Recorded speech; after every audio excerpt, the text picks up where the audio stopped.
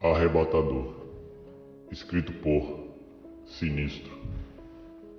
Que tipo de doença não deixa sequelas no corpo, nem nenhum tipo de marca, arranhões ou hematomas, mas faz com que o homem mais sã do mundo comece a caminhar como um bicho boçal, falar coisas incoerentes e ignorar os seus semelhantes. As pessoas começaram a ficar diferentes e muitas não voltavam quando entravam na floresta. Dizem que algo apareceu lá, uma coisa que não faz parte da nossa terra. Uma entidade que veio na noite, em que o céu brilhou e uma bola de fogo caiu bem dentro da mata, lá no meio, onde as árvores são mais altas. O meu irmão queria se casar com uma moça de uma família nobre e juntar nossas casas.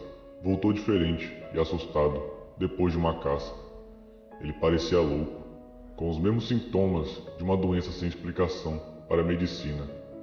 Ninguém estava conseguindo ajudá-lo, e eu fui obrigado, com 2 cães, já que nenhum homem tinha coragem de ir comigo, a saber o que ele viu, sentir o que sentiu e buscar uma explicação para tentar, ao menos, ajudar o sangue do meu sangue. Sabe, eu não sou um biólogo e não entendo muito bem sobre os bichos locais. Contudo, havia algo errado lá. Senti logo nos primeiros quilômetros a falta de animais pequenos e grandes, dos barulhos de pássaros, entre outros sons que a floresta fazia. Notei, quando cheguei na parte em que as árvores ficaram maiores, que elas foram derrubadas. Quando eu digo derrubadas, não me refiro no sentido de que alguém tenha utilizado a mão de obra humana, mas elas foram quebradas bem no meio do tronco, como se algo tivesse as derrubado por pura brutalidade. E o que fez isso, de maneira alguma, faz parte desse lugar. Como eu já tinha falado, algumas horas antes a floresta estava diferente, uma vez que, em muitas partes, principalmente onde as árvores foram destruídas, havia um musgo pegajoso, uma substância terrível que inalava um odor insuportável. Os 2 cachorros ficaram espirrando diversas vezes e, agoniados, tentaram farejar do que se tratava aquilo. O início da noite deixou a floresta ainda mais macabra, com sons perversos. O que estava fazendo isso parecia zombar da natureza, e eles estavam sendo espalhados pelo vento. Aquelas perturbações cósmicas e doentias diminuíram um pouco para mim, já que consegui colocar 2 algodões nos meus ouvidos. No entanto, coisas mais estranhas aos meus olhos estavam por vir. Comecei a sentir um cheiro, algo semelhante a ovo podre, e comecei a seguir o odor com os cachorros, que estavam ficando cada vez mais vidrados. Após alguns metros, encontramos algo que nenhum tipo de arma, nem qualquer tipo de máquina criada pelo homem poderia ter feito.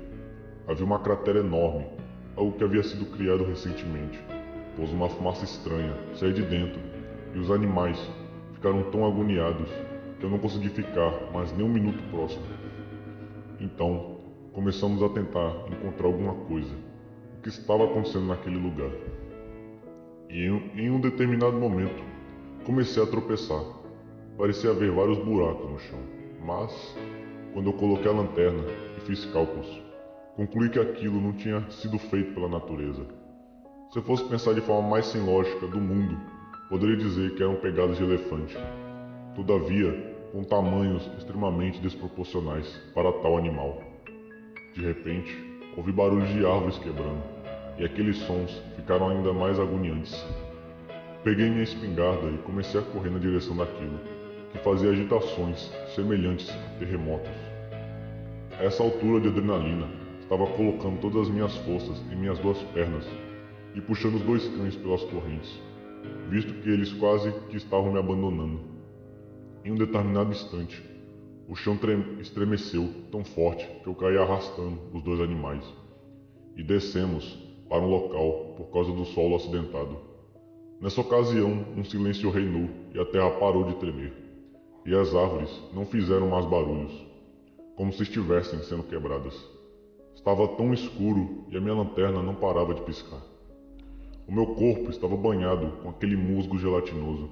Tentei levantar, sem muito sucesso, e os animais estavam inquietos e latindo para todas as direções, como se estivessem confusos com algo espreitando na imensidão da noite. Da mesma forma que o som parou e as árvores ficaram silenciosas, Uma agitação louca saltou em nossas mentes. Eu, como os dois cachorros, estava atônito. Parecia que algo se movia, quebrando as árvores em todas as direções. O som parou mais uma vez. Minha respiração estava ficando cada vez mais ofegante. E, quando estava abraçando a loucura daquele momento, um bafo quente, vindo de cima para baixo, fez com que meu corpo estremecesse. E os cachorros, oh meu Deus! Os pobres animais gritaram como se fosse uma pessoa observando a pior perversão do mundo. As suas pernas ficaram fracas e eles correram cambaleando após terem mordido as minhas mãos para que eu largasse as correntes. Saíram em disparada, deixando uma trilha com urina e fezes. O bafo quente foi jogado mais uma vez em cima de mim, no momento de adrenalina e face ao horror cósmico. Peguei o pequeno barril com pólvora e arremessei para cima, na direção que estava vindo o ar quente, e disparei, com um tiro preciso, fazendo com que a explosão, misturada com os gases tóxicos, os quais estavam sendo espalhados na floresta, por conta daquela cratera, criasse uma iluminação. Eu pude enxergar a coisa que estava invisível, a mesma que estava derrubando as árvores e deixando os homens loucos.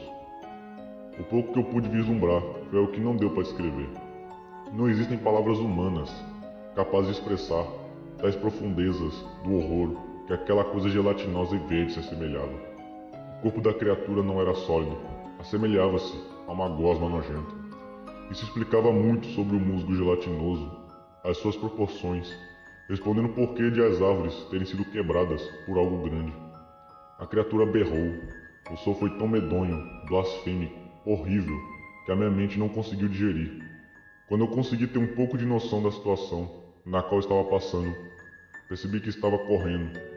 O meu próprio corpo desafiou a física e a razão humana e começou a fugir por conta própria. Quanto mais longe eu chegava, mais barulho daquilo, grunhindo de agonia, estava ficando distante. Todos perguntaram como eu não tinha ficado louco, mas guardei sequelas daquele dia. Eu não consegui explicar para ninguém e nem encontrar palavras razoáveis para expressar o que estava, ainda na floresta. No entanto, minha forma de olhar e minha boca gaguejando ao tentar balbuciar fez com que todos soubessem que, dentro do mato, na parte mais remota e sombria da selva, tem algo que a mente humana não vai conseguir explicar.